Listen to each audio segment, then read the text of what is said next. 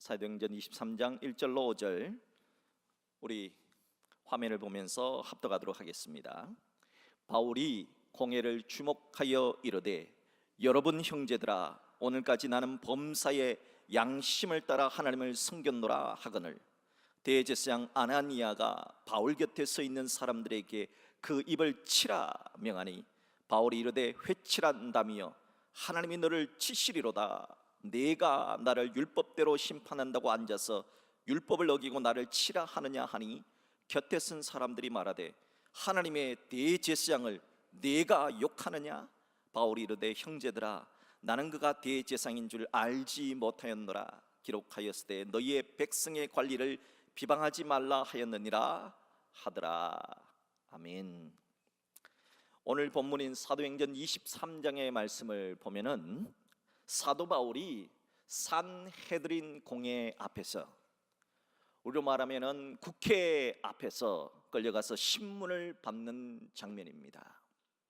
그래서 사도 바울은 자신은 범사의 양심을 따라서 하나님을 섬겼다, 그렇게 고백을 하니까 대제사장, 그러니까 국회의장이죠. 국회의장이 그 입을 치라, 그렇게 말을 한 거예요. 그랬더니 사도 바울이 뭐라고 하느냐? 하나님께서 너의 입을 치실 것이다, 그렇게 반대적으로 이야기를 합니다. 그랬더니 옆에 있는 사람이, 야, 저 사람이 하나님의 대제사장인데 사도 바울 당신이 지금 대제사장 욕합니까? 욕해도 됩니까? 이렇게 얘기를 하니까, 아이고 그래요? 대제사장이었어요? 나 몰랐어요 하면서 I'm sorry 했다는 얘기입니다. 자, 오늘 이 이야기는 바로 권위와 진리에 대한 말씀입니다. 사도 바울은 5절에서 이렇게 얘기하죠. 한번 보세요. 같이 다시 한번 5절을 합독할까요? 바울이 이르되 형제들아, 나는 그가 대제사장인 줄 알지 못하였노라. 기록하였으되 너희의 백성의 관리를 비방하지 말라 하였느니라 하더라. 비록 자신의 입을 치라고 명령한 그 명령은 잘못된 명령이고 부당한 명령일 수 있습니다. 그러나 대제사장은 사도 바울이 함부로 비방할 수 없는 하나님께서 세워주신 권위자이기 때문에 내가 잘못했다, I'm sorry 했다 하는 이 말씀이에요.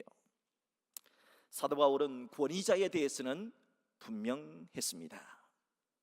비록 대제사장이 복음과 진리에서 벗어났다 하더라도 대제사장이라는 권위를 무시하지 않았고 대제사장의 권위를 존중하고 인정해 주었다 하는 겁니다.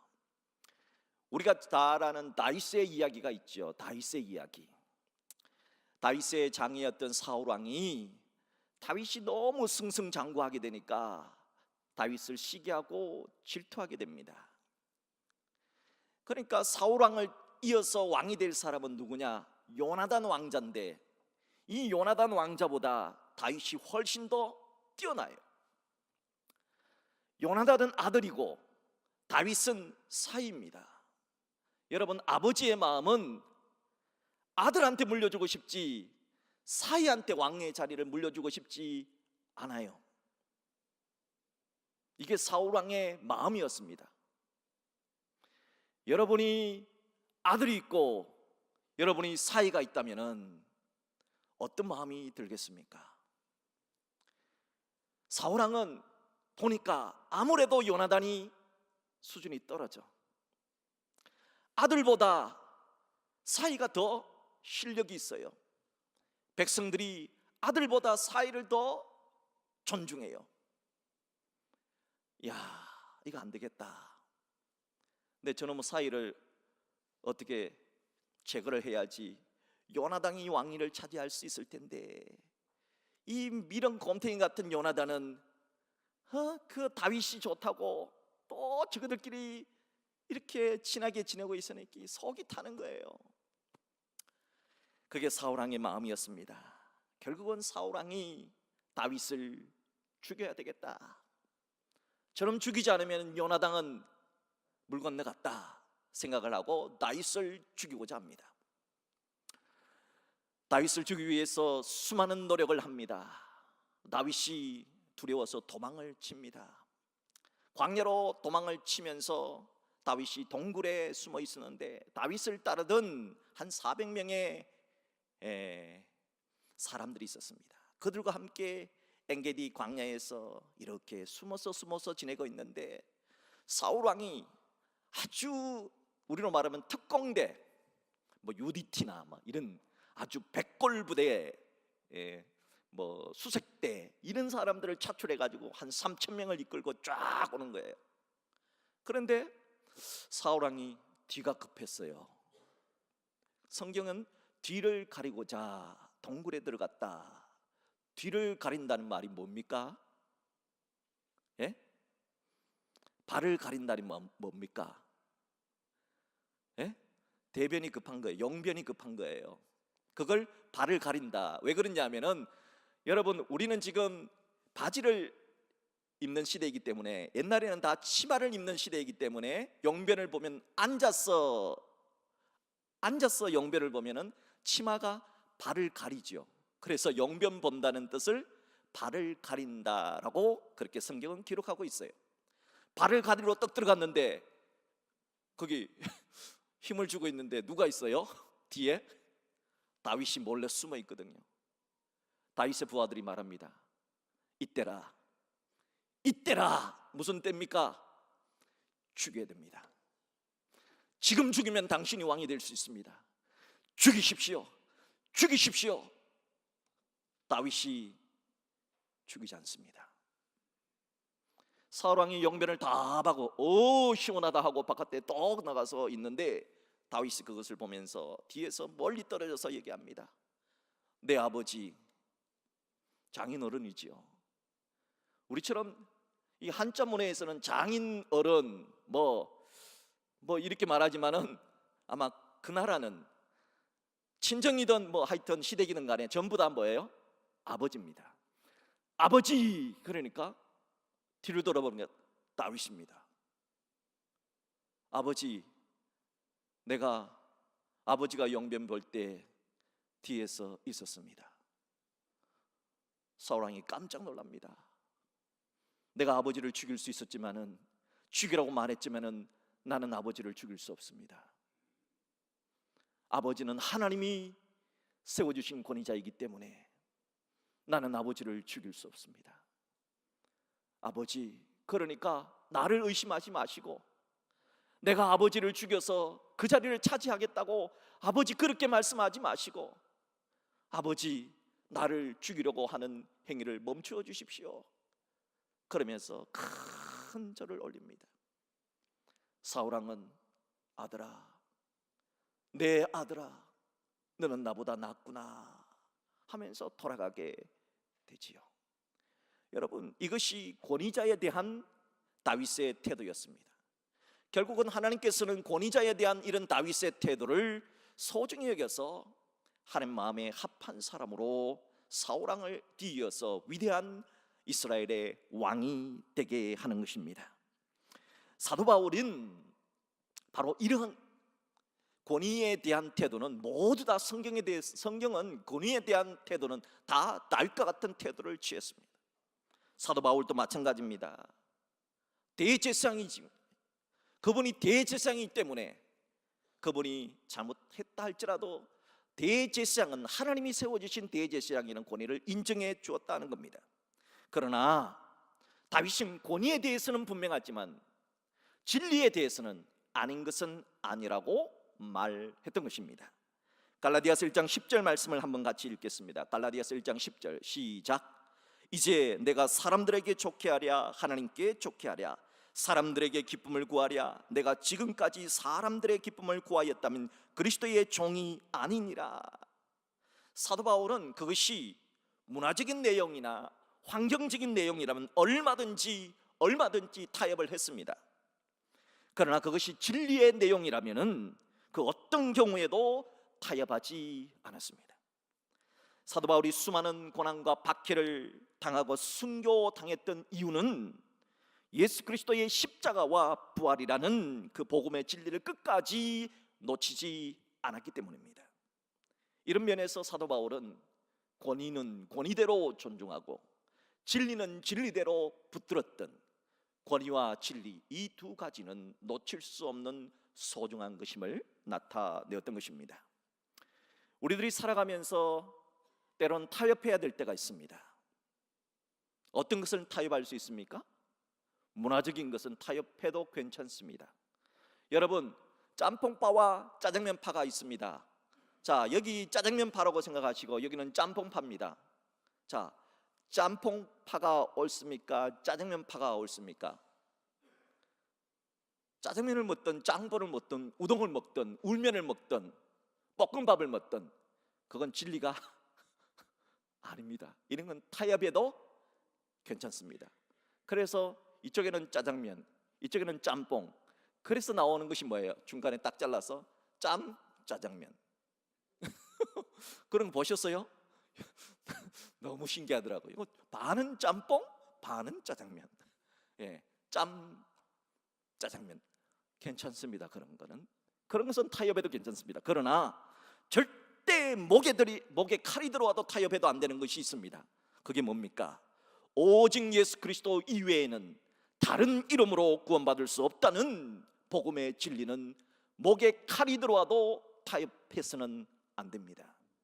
성경의 내용을 바꾸고자 하는 것, 이건 타협할 수가 없는 겁니다. 동성애 하나님의 뜻입니까? 성경은 동성애에 대해서 분명하게 말합니다. 이것은 타협할 수 없는 진리입니다. 유럽의 나라들이 조금 전에도 식사하면서 보니까 호주가 오스트리아가 유럽에서 16번째 국가로 동성 혼인을 허용했다. 그거는 성경의 내용과는 다릅니다. 거기에 대해서는 분명하게 우리는 아니요 해야 합니다. 성경은 옛날에 환경이 다르고 그딴 소리 하면 안 됩니다. 성경의 진리를 바꿀 수는 없는 것입니다. 그러나 짬뽕 짜장면은 상관없어요. 예? 그런 거는 상관없어요. 타협에도 상관없어요. 그러나 오늘 내가 빨간 넥타이 맬까 파란 넥타이 맬까 쩔쩔이 넥타이 맬까 그런 거는 상관없어요. 진리가 아니에요. 타협해도 괜찮습니다. 그러나 성경의 진리는 타협할 수가 없다는 것이지요. 오늘 루터의 95개조 조항 가운데 제 69번째에서 74번째 조항은 바로 이 루터가 교황의 권위를 어떻게 생각하느냐, 그리고 이 면죄부에 대한 진리의 문제는 어떻게 생각하느냐, 권위와 진리에 대한 이야기를 오늘 우리가 마틴 루터의 제 69에서 74 조항을 살펴보면서 다루게 됩니다. 먼저 마틴 루터는 교황의 권위는 철저하게 인정했습니다. 교황은 하나님께서 세우신 천국의 열쇠를 가진 자이기 때문에 교황의 권위는 인정했습니다. 그러나 교황이 말하고 있는 그 면죄부에 대한 내용은 성경의 내용과 다르기 때문에 그건 틀렸다라고 이야기하면서 바로 잡아달라고 했던 것이 바로 위텐베르크 성당 대문에 박았던 95개조 조항의 내용이었던 겁니다. 중세시대는 죄를 사함받기 위해서는 3단계가 필요했습니다. 첫 번째 단계는 심령의 통해, 자신이 지은 죄를 참회하고 아파하는 마음입니다. 주여, 제가 죄를 지었습니다. 참회하는 이 과정이 있어야 돼요. 두 번째 단계는 입술의 고백, 신부에게 찾아가서 제가 이런 죄를 저질렀습니다 라고 입술로 고백하는 단계가 두 번째 단계입니다. 마지막 세 번째 단계가 뭐냐 하면은, 그러면은 신부가 고해 성사를 듣고 그 사람이 죄를 고하는 것을 듣고 그 죄에 합당한 벌을 내립니다. 예를 들어서, 자, 내가 우리 어머니 돈을 1,000원을 훔쳤습니다. 제가 어렸을 때 엄마 돈을 좀 훔쳤습니다. 여러분은 어떤지 모르겠어요. 제가 도둑질을 했습니다. 우리 어머니가 찬장 위에다가, 찬장 그러면 압니까? 얘기하시죠. 찬장 알아? 목사를 욕하지 마, 듣고. 야, 우리 목사님 알고 봤더니 도둑놈이었더라. 도둑질 했습니다. 한 거 어떡하겠습니까? 우리 어머니가 여기 그 찬장 제일 꼭대기 위에다가, 찬장이 이렇게 되면 나무가 있고 그 안에 이렇게 쏙 들어가 있어요. 거기다가 어머니가 몰래 비상금을 넣어 놓는다는 사실을 제가 알았습니다. 어느 날 어머니가 없을 때 몰래 뭐를 다 받쳐가지고, 초등학교 때였습니다. 제가 예수님을 만나지 못했을 때는 도둑질을 했습니다. 그래서 몰래 해서 딱 여니까 1,000원짜리가 몇 장이 이렇게 다 고깃고깃 접혀져 있는 거야. 여러 장이 접혀 있으니까 한 장을 몰래 빼고 이렇게 좀 푹신푹신하게 해서 좀 많이 보이도록 이렇게 두들겼습니다. 다 닫고, 그걸 가지고 이제 아이들한테 가서 딱지를 사가지고, 동그란 딱지, 지금 딱지는 어떤지 모르겠어요. 옛날에는 딱지가 동그랬습니다. 딱지를 왕창 사가지고 그날 제가 딱지치기를 해서 어마어마한 딱지를 가지고 집으로 들어왔더니, 우리 어머니가 형한테 얘기를 했는지 형이 깡통을 들고 저를 던졌는데 그 깡통이 여기 맞아가지고 이렇게 피가 줄 나더라고요. 그래서 혹독한 벌을 받았습니다. 돈 1,000원 훔치고 여기에 피가 나서 병원에 가가지고 한 열 몇 바늘을 꿰맨 적이 있습니다. 그 뒤로부터는 도둑질을 하지 않았습니다. 도둑질 하면은 이렇게 고생을 하는구나 하면서 그 어린 나이에 초등학교 때, 그래서 우리 형도 참 해도 너무하지. 그걸 뭐 어머니 돈 1,000원 훔쳐갔다고 그걸 깡통을 던져가지고 머리를 박살을 내나? 참 인정 없이 말이지. 여하튼간에 하여튼 깡통을 맞아가지고 그날 많이 꿰매가지고 그랬던 기억이 납니다. 자, 죄를 지었으면 이렇게 제가 만약에 신부님한테 가서 제가 이런 얘기를 하면은 신부님이 뭐라 그러냐, 너 집에 가서 열흘 동안 설거지를 해라 하는 벌을 내려줍니다. 안 그러면 주기도문을 1,000번 서라 이런 벌을 내려줍니다. 그러면 이제 제가 그 벌을 받아야 돼요. 그런데 갑자기 어느 날 교황님이 면죄부를 내려주는 겁니다. 1,000번을 100번으로 감해줘라. 이게 뭐예요? 그게 바로 면죄부라는 거예요. 원래 면죄부라고 하는 것은 죄를 감해주는 것이 아니라 제가 받게 되는 벌을 감해주는 면벌부가 맞는 말이에요. 한번 따라합시다. 면죄부가 아니라 면벌부가 맞습니다. 이게 원래 교황이 내주는 거예요. 그러니까 오늘날 법원에서 구속된 사람이 보석금을 주고 풀려나는 것, 이게 바로 면벌부, 면죄부와 똑같은 일을 하고 있는 거예요. 그런데 이 면벌부가 면죄부로 바뀌어버린 거예요. 왜? 이거 왜곡이죠. 잘못된 거예요. 면벌부는 분명히 제가 잘못했습니다, 첫 번째. 그리고 신부님한테 제가 이런 죄를 지었습니다 하고 난 다음에 3단계에 내가 받는 벌을 3단계를 면해주는 건데, 면죄부는 아예 내가 죄를 지었다는 사실 자체도 고백하지 않도록 만들어버리는 거예요. 여기에 대해서 루터는 이거는 잘못이다 라고 말했던 것입니다. 자, 그러면은 69조항에서 74조항의 해설을 한 내용을 한번 찾아보겠습니다. 먼저 69조항입니다. 같이 할까요? 시작. 감독과 사제들은 교황 면죄부 사제들을 기꺼이 그리고 매우 경건하게 맞아들여야 한다. 루터는 모든 면에서 교황의 권위에 대해서는 존경하는 마음과 존경하는 태도를 가져야 된다라고 주장을 했습니다. 왜냐하면 신약성경 로마서 13장 2절에 합독합니다. 그러므로 권세를 거스르는 자는 하나님의 명을 거스름이니 거스르는 자들은 심판을 자취하리라 하였기 때문입니다. 권세는 하나님이 주신 겁니다. 교황이 잘못되더라도 그것은 교황이 잘못된 일을 하기 때문인데, 그것은 교황 자신의 잘못이고 교황이라고 하는 그 권세는 하나님이 주신 권세이다. 그렇기 때문에 교황에 대해서는 욕하지 말아라 존경해야 한다 했던 겁니다.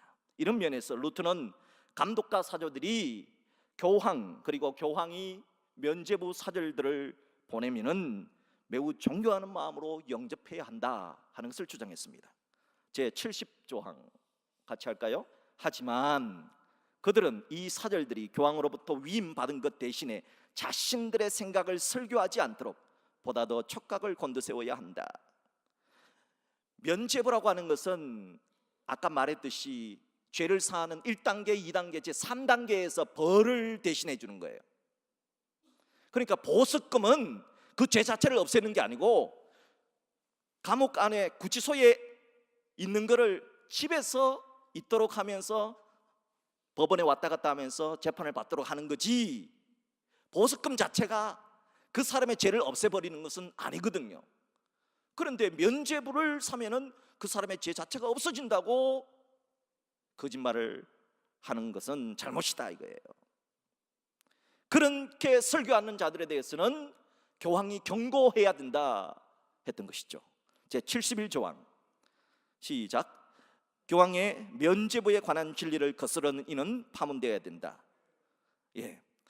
본래 루터는 자신이 지은 죄에 따라서 선을 행하는 벌, 선을 행해야, 무슨 선행을 해야 된다. 청소를 해라, 뭐 화장실 청소를 해라, 마당을 치리라, 주기도문을 1000번을 외워라, 이런 벌을 교황이 면죄부를 통해서 벌을 면해 주시는 건데, 그런데 그런 교황이 보내준 면벌부, 면죄부를 무시하는 것은 나쁜 놈이다 이게. 교황의 명령을 거스르는 것은 파문되어야 된다 하는 것입니다. 제 72조항 계속 봅니다. 하지만 면죄부 사절의 욕심과 방종을 경계하는 이들은 축복을 받을 것이다. 중세시대에는 성지순례를 못하게 방해한 사람은 아주 큰 죄인입니다. 야, 성지순례 가봤자 소용없어, 이렇게 말한 사람은 그거 죄인입니다. 그러면은 성지순례 못 가도록 방해한 사람이 죄인이라면은 천국을 못 가도록 면죄부를 자꾸 사도록 한 사람은 더 큰 죄인, 그 더 큰 죄인이 아니냐, 바로 그 말이에요. 그러므로 루터는 성경의 진리와 다른 방법으로 죄를 사함받는 것, 여러분 죄를 어떻게 해서 사함받습니까? 죄를 사함받는 방법이 뭐예요? 면죄부 사면은 죄 사함받습니까? 그러면은 죄 사함받는 방법이 뭐예요? 주님 앞에 나가서 죄를 자복하고, 주님 저는 죄를 지었습니다, 통해 자복하고 예수 그리스도로부터, 하나님 말씀으로부터 죄를 사함받는 것이 성경이 말하는 죄 사함 방법이잖아요. 그런데 면죄부 사면은 죄 사함 받는다, 이렇게 가르치는 것은 그런 사람들은 경계하는 사람들이 축복을 받는다는 거예요. 제 73조항 교황은 시작. 교황은 여하튼 면죄부 판매에 해를 끼치는 이들을 혹독하게 꾸짖을 수 있다. 그러므로 교황은 면죄부를 판매하는데, 대부분 이 면죄부라고 하는 것은 본래는 벌을 사해주는 교황의 독특한 교황만의 권위였어요. 그래서 교황이 그런 사람들 면죄부를, 교황이 도장을 딱 찍어주면서 이거 갖다 줘라 해서 이제 도장을 많이 찍어줬겠죠. 그런데 이걸 가지고 이제 교황한테는 그냥 받아서 갔을 거 아니에요. 그런데 그걸 가지고 어떻게 해요? 1000만 원을 받고 1억을 받고 10억을 받고 100억을 받고, 이런 놈들은 어떻게 해야 돼요? 교황이 불러서 따끔하게 꾸짖어야 되지 않느냐 이거예요. 혹독하게 꾸짖을 수 있다. 결국은 루터는 나는 교황 반대파가 아닙니다 이거예요. 루터는 교황과 싸우려고 했던 사람이 절대 아니에요. 물론 나중에는 교황과 싸웠지만은 교황이 하도 이상한 소리를 자꾸 하니까 그 얘기예요. 제 74조항 시작. 하지만 교황은 이보다 더욱더 거룩한 사랑과 진리에 해를 도모하기 위한 구실로 면죄부를 사용하는 이들을 꾸짖기를 원한다. 루터는 교황은 존중받아야 하지만 성경의 진리, 복음의 진리, 해를 끼치는 것은 혼내줘야 한다고 주장을 했던 겁니다. 면죄부 설교가들은 면죄부가 마치 어떤 죄를 지어도 괜찮다. 지난주에도 말씀드렸지. 도둑놈들이 면죄부를 비싼 돈을 딱 주고 가가지고 몸에다 끼워놓고 도둑질하고, 나쁜 놈들이, 마피아 같은 나쁜 놈들이 면죄부를 딱 사가지고 놓고 따발총을 가지고 사람을 막 죽이고. 그럼 나는 괜찮아. 왜? 뭐가 있어요? 나는 면죄부가 있으니까. 나는 면죄부가 있으니까. 나는 사람 죽여도 괜찮아. 나는 면죄부가 있으니까. 나는 도둑질해도 괜찮아. 이게 구원파입니다. 구원파의 개념이, 논리가 그래요. 구원파는요, 오대양 살인 사건, 나는 구원받았으니까 나는 천국 가, 사람 죽여도 나는 천국 가, 그딴 식으로 가르친 거예요. 이런 것들은, 이런 사람들은, 그렇게 말하는 인간들은 당연히 벌받아 마땅하지 않느냐. 그러므로 교황은 진리를 거스르는 말을 하는 사람들을 혹독하게 꾸짖어 주시옵소서 하고 교황에게 건의했던 것이 바로 종교개혁이 일어났던 배경입니다. 그러니까 루터가 가톨릭에 대해서 잘못됐습니다, 이게 아니에요. 교황은 회개하라, 이게 아니에요. 지금 교황을 사칭하는 면죄부 설교자들이 잘못됐다, 그놈들을 불러서 혼을 내주십시오 라고 얘기했는데, 교황이 알고 보니 한통속이 돼서 교황이 배후에 있어서 결국은 교황이 모르고 그런 게 아닌 것이 아니라 교황이 그렇게 지시했다는 것을 알게 되면서 루터는 교황을 적그리스도로 밀어붙였던 겁니다. 처음에는 그렇지 않아요. 오늘 말씀의 핵심은 권위와 진리에 대한 얘기입니다. 권위와 진리. 여러분, 건강한 공동체를 이루는 두 축이 있어요. 그게 뭐냐? 권위와 진리입니다. 여러분의 가정이 건강한 가정이 되기 위해서는 아버지의 권위가 있어야 되고 그 가정에 진리가 있어야 됩니다. 교회가 건강한 공동체를 이루려고 하면은 목사에 대한 권위와 장로에 대한 권위가 있어야 되고 성경의 진리가 있을 때 그 교회는 건강한 공동체가 되는 겁니다. 학교가 교권이 제대로 서기 위해서는 선생님에 대한 권리가 있어야 돼요. 그리고 분명한 진리가 있어야 돼요. 이게 두 가지가 무너지면은, 권위가 무너지고 진리가 무너지면 교권은 떨어지고 부권은 떨어지고 교회의 권위도 떨어지게 되는 것입니다. 권위는 하나님께서 주시는 질서를 말합니다. 진리는 하나님께서 주신 66권의 성경의 말씀을 말합니다. 권위와 진리, 이 두 가지는 모두 다 하나님으로부터 나온 것입니다. 로마서 13장 1절의 말씀을 같이 읽겠습니다. 시작. 권세는 하나님으로부터 나지 않음이 없나니 모든 권세는 다 하나님께서 정하신 바라. 아버지의 아버지 되면 누가 주셨느냐? 어머니의 어머니 되면 누가 주셨느냐? 선생님의 선생님 되면 누가 주셨느냐? 목사의 목사 되면 누가 줬느냐? 장로의 장로 되면 누가 줬느냐? 하나님이 주신 권세라는 겁니다. 그래서 이사야 65장 16절 말씀을 한번 같이 읽습니다. 이러므로 땅에서 자기를 위하여 복을 구하는 자는 진리의 하나님을 향하여 복을 구할 것이요, 진짜 건강한 공동체는 하나님이 주신 권리와 성경의 진리가 조화를 이룰 때 가능하다는 겁니다. 하나님께서 세우신 권위자를 존중히 여기고 그리고 진리의 말씀에 순종할 때 만복의 근원 되신 하나님은 우리에게 복을 주신다는 것입니다. 사랑하는 여러분, 하나님이 주신 권위를 인정하십시오. 그리고 성경의 말씀대로 살려고 노력하십시오. 권위와 진리, 이 두 가지를 우리가 붙잡을 때 하늘은 우리에게 복을 내려주실 것입니다. 여러분 모두가 복받는 주의 백성 되시길 주의 이름으로 축복합니다. 축복합니다. 축복합니다. 오늘날 교회의 문제는 두 극단이에요. 진리가 없는 권위만을 막 내세우기도 하고, 혹은 반대로 권위는 무시한 채 정의만, 진리만 끊임없이 추구하려는 극자와 극우의 강력한 경향을 가지고 있다는 겁니다. 진리가 없는 권위, 진리가 없는 고리는 폭군을 만들어냅니다. 북한을 보십시오. 북한의 김정은 진리가 없지요. 그런데 고리만을 앞세웁니다. 그러니까 자기 삼촌을 죽이고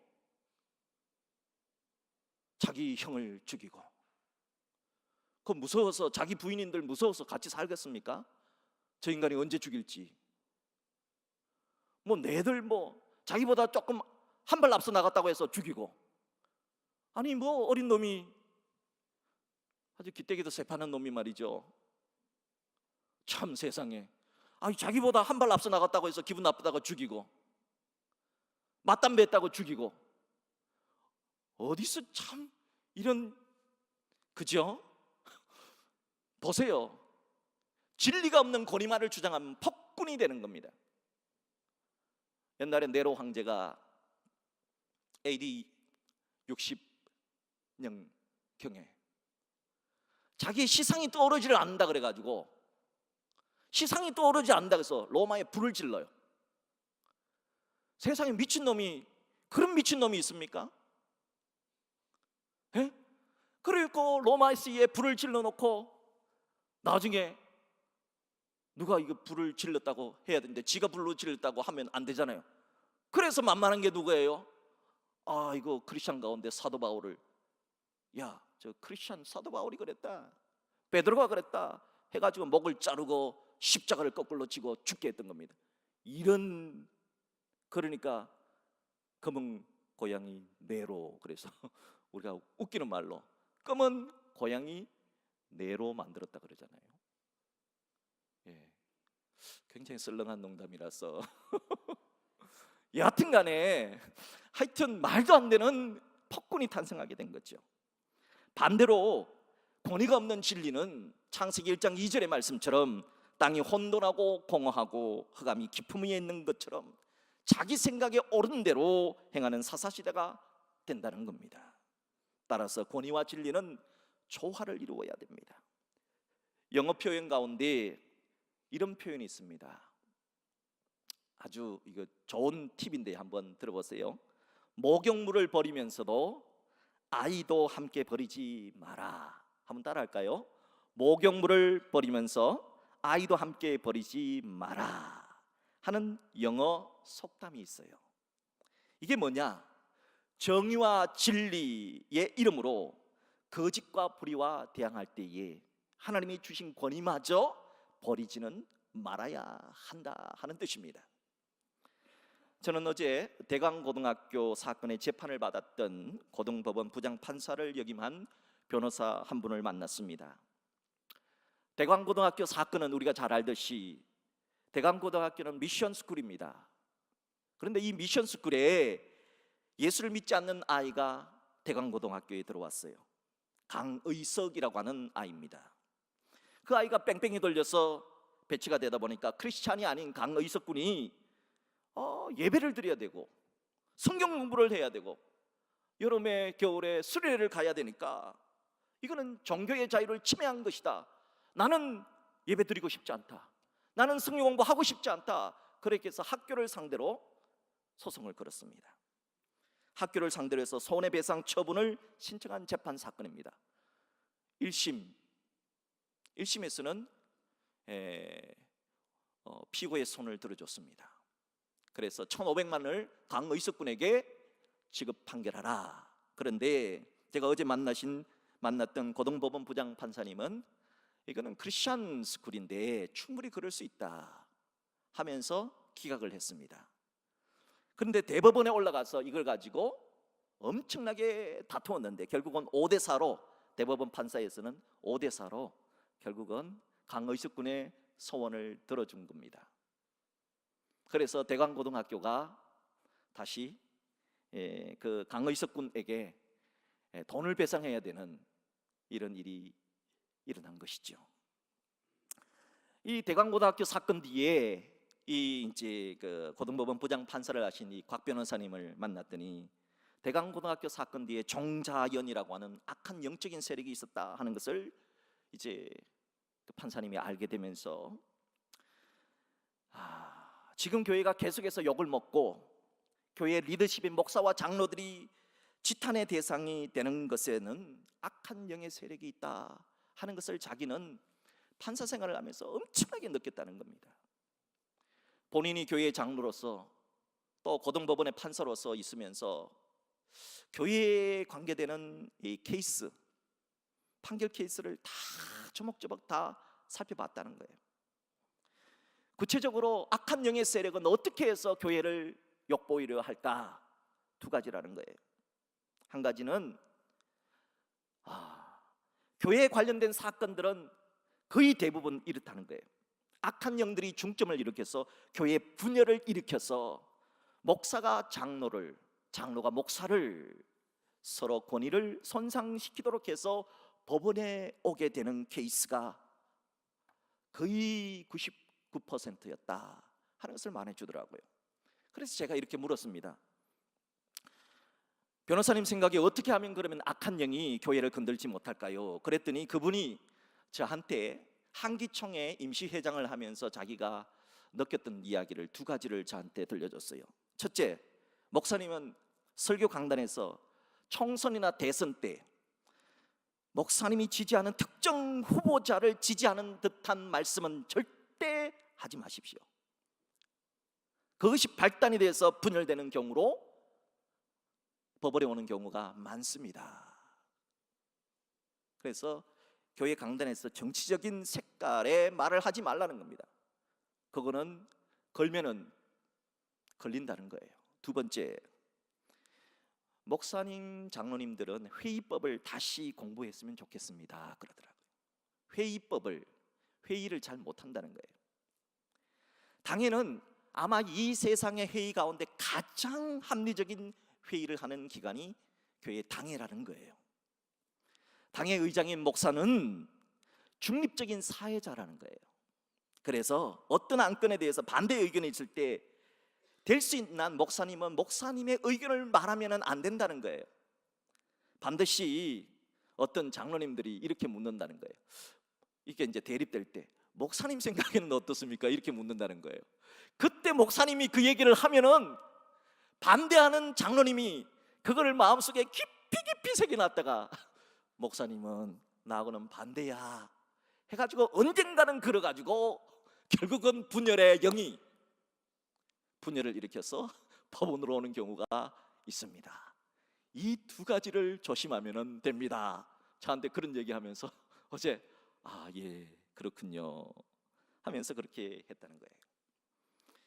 여러분, 지금 악한 영은 어떻게 하든지 교회의 권위를 무너뜨리고자, 교회 지도자인 목사와 장로의 권위를 무너뜨리고자 발악을 하고 있습니다. 지금 악한 영은 어떻게 하든지 학교 선생님의 권위를 무너뜨리고자 합니다. 지금 악한 영은 가정의 권위인 부모님의 권위를 무너뜨리고자 합니다. 이러한 때 우리 그리스도인들이 진짜 해야 되는 종교개혁은 뭐냐? 우리들이 싸울 것은 혈과 육에 관한 것이 아니라 악한 영에 대한 싸움이라는 것을 분명히 해야 됩니다. 그리고 하나님이 주신 권위, 가정에서는 부권, 학교에서는 교권, 교회에서는 장로와 목사에 대한 영적 리더십의 권위를 분열시키고자 하는 악한 영들을 대항하여 한 마음으로 기도해야 한다는 겁니다. 하나님은 지금 이 시간 우리들이 기도하기를 원합니다.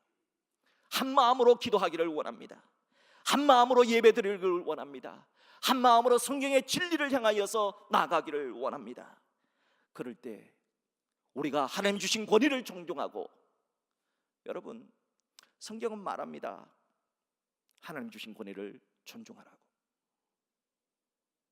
목사가 잘나서 존중하는 것도 아니고요, 장로가 뛰어나서 존중하는 것도 아닙니다. 목사와 장로는 하나님께서 세워주신 권위자이기 때문에 성도들은 배나 목사와 장로를 존중하라고 말했던 겁니다. 여러분, 목사 욕하지 마세요.